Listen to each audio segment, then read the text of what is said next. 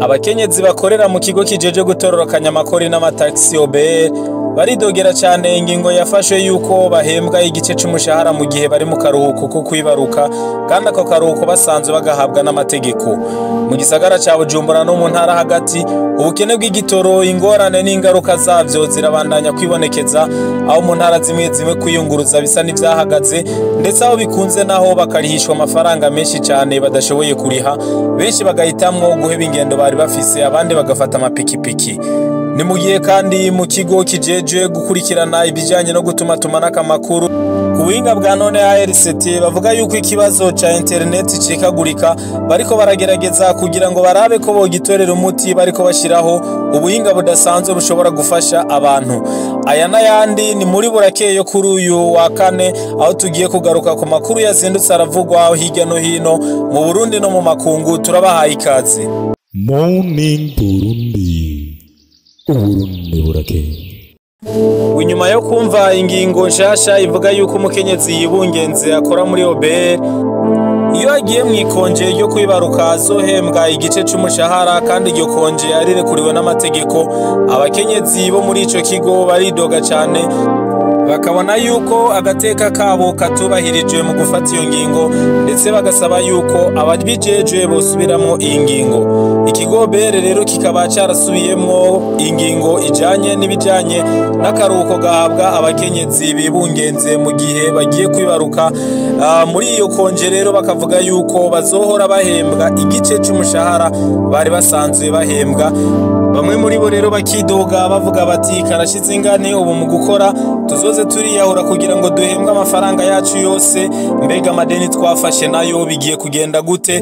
Ni ngorane. Bamwe mu bakenyezi rero bakavuga yuko babona yuko habaye ukutiyumvira ku mukenyezi, kuko hari agateka kiwe kandi kwibaruka ari uburenganzira bahabwa n'amategeko. Bakagira bati ubu nitwasama imbanyi tuzoza turabinyegeza canke tuzobigenza gute kugira ngo ntibadushire mwikonje ku nguvu? Ariko naho rero biruko abana tuzoba twibungenze nabo bizogenda gute? Abo bakenyezi rero bakavuga yuko iyo ngingo yosubirwamo, kuko ako karuhuko karakenewe cyane, kandi umukenyezi kwibaruka ni uburenganzira ahabwa n'amategeko. Tubandaniriza no makuru mu gisata cyo kwiyunguruza. Ibijanye no kwiyunguruza bikomeje kubakananira abahinga aho hirya no hino mu Burundi, mu gisagara ca Bujumbura no mu ntara hagati, kugira ngo wiyunguruze uva aho uba canke ugende ku kazi ari ibintu bisigaye arakananira abahinga. Aho mu gisagara ca Bujumbura ivyo kwiyunguruza bisanzwe vyarahutse muri kino gihe rero igitoro cyo mu bwoko bwa essence kimaze igihe kitariko kiraboneka. Abanyagihugu rero biyunguruza bakavuga yuko ibi bibangamira cyane akazi, aho usanga kwiyunguruza kugira ngo ushike ku kazi ku masaha yo ari bigoye, ndetse ugasanga benshi baracegwa ku buzi, abandi ubuzi bukagenda nabi kuko basanga bashitse batevye, abandi nabo bagacegwa gushika muhira, bigaca bituma basanga ubuzima bwabo butariko bugenda neza n'ibikorwa byabo bitariko bigenda neza. Aho mu gisagara ca Bujumbura rero usanga hari ingorane zitandukanye, na cyane cyane ku bitoro by'amabisi, yuko usanga abantu ari benshi cyane, aho usanga abantu barindiriye amabisi kandi amabisi ari make, ndetse mu kwiyunguruza bamwe bakikika mu kiza, aho usanga hari abasaba amafaranga kugira ngo bagucishirizemwo kugira ngo ushobore kurira bisi canke kugira ngo ushobore kuronka ikibanza cyo kugira ngo urire muri bisi wiyunguruze. Aho ni mu gihe kandi abasanzwe bakoresha amataxi nabo bashishikara kuduza ibiciro, aho usanga mu masaha yo ku mugoroba kwiyunguruza uja mu gisagara hagati, aho twovuga uva mu gisagara hagati uja mu Kamenge canke uja mu manuko, aho usanga bariko barihisha ibihumbi 10 mu gihe bahora barihisha hagati y'ibihumbi 2,500 n'ibihumbi 3. Ivyo rero bigatuma abantu benshi bibagora kwiyunguruza.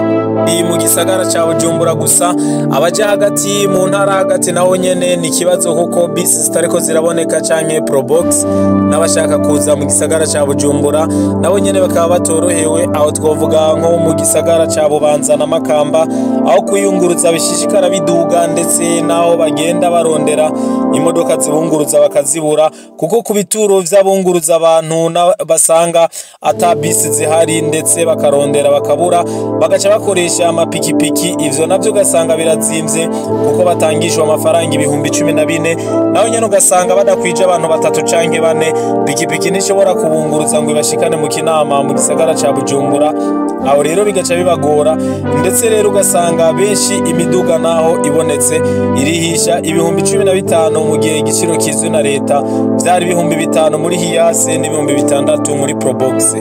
No mu ntara ya Makamba itike yo gushika mu Mabanda yaraduze cyane, aho yahora ku bihumbi 8 ariko nyene ubu bikaba byaduze bikagera no ku bihumbi 15. Ni mu gihe rero naho ibihumbi 15 nyene ari byo basigaye barihisha ugiye kuyunguruza uja Inyanzarake, mu gihe rero itike yahora iri hasi cyane ku bihumbi 10, ndetse bakavuga yuko iki kibazo kidakemutse ubukene bugiye kubugariza, kandi ugasanga ibidandazwa guhanahana ibidandazwa bitariko bigenda neza.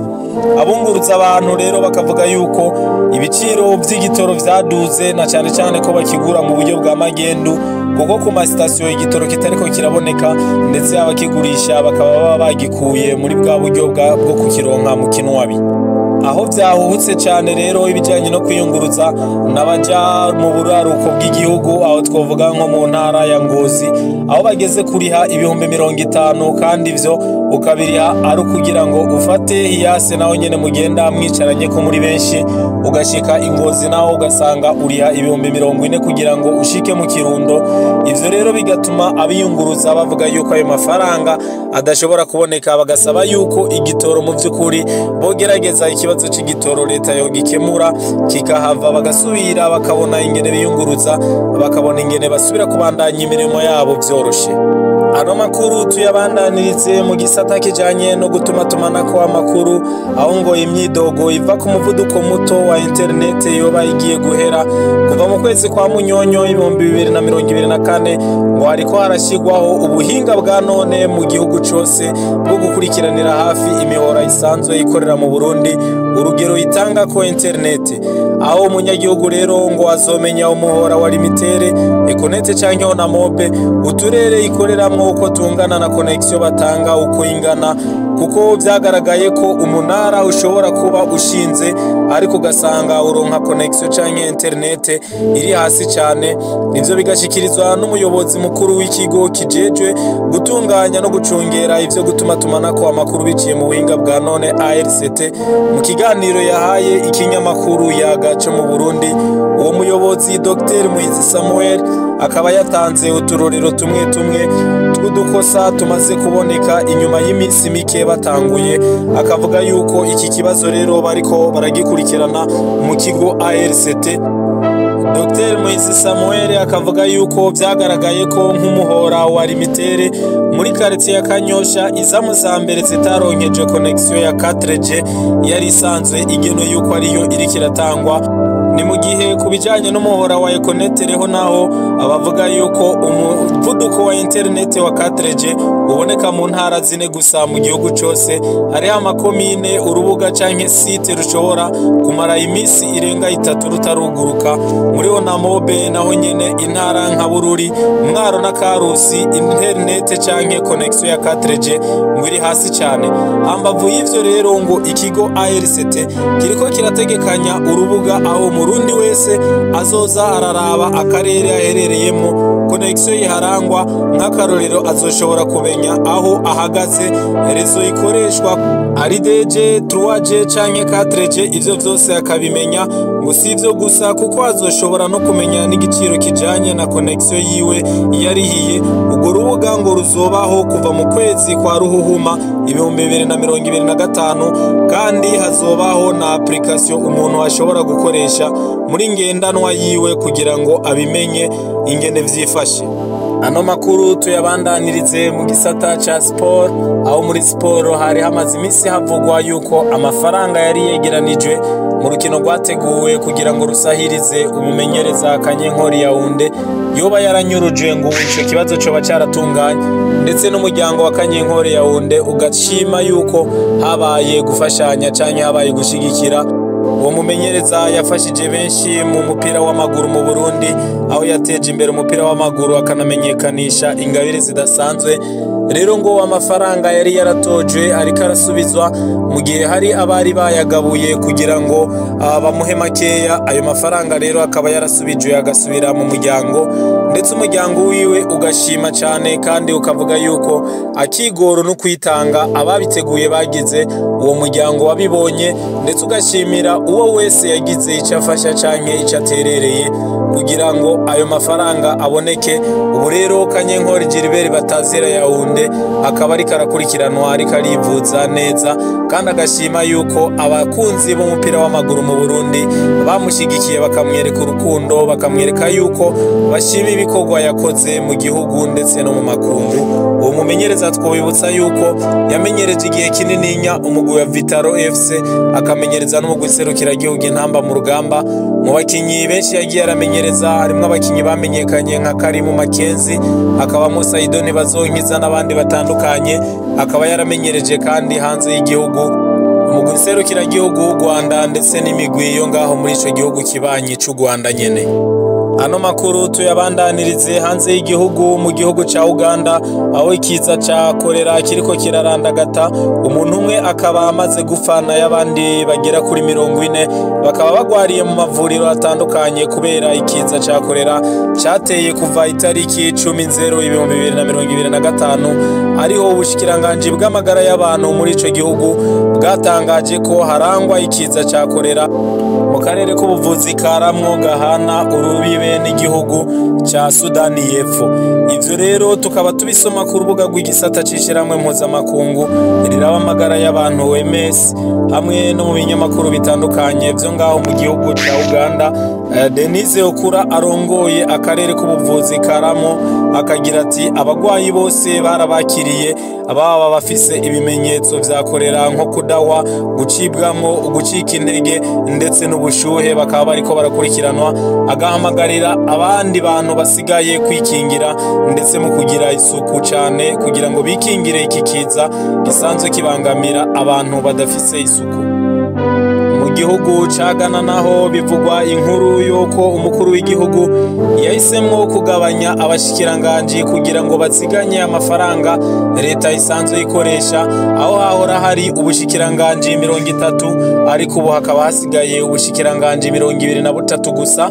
Bakaba bakuyeho ubushikiranganje bugera ku ndwi kugira ngo amafaranga yahora akoreshwa muri ubwo bushikiranganje ace yimurirwa mu kigega ca leta kugira ngo agerageze kugira ibindi akora.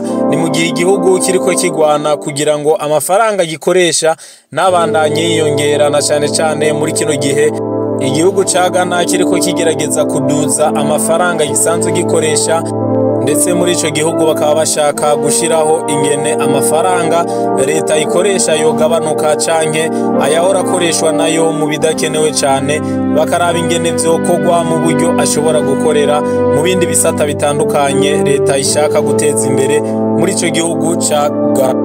Ano makuru tuyabandanirize ku mugabane wa Buraya. Ku mugabane wa Buraya hariya mu gihugu ca Israeli havugwa inkuru nziza inyuma y'igihe kirekire, inyuma y'umwaka n'igice urenga, aho habonetse agahengwe.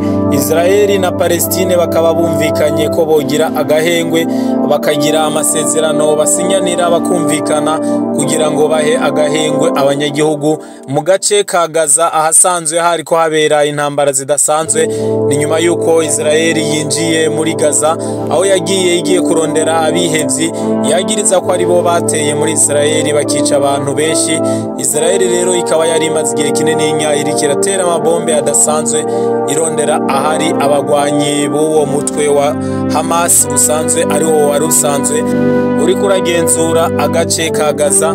Ndetse rero ni amasezerano abonetse mu gihe umukuru w'igihugu mushasha aheruka gutorwa Donald Trump agiye agira utwigoro twinshi kugira ngo haboneke ukukumvikana maze iyi ntambara ihagarare.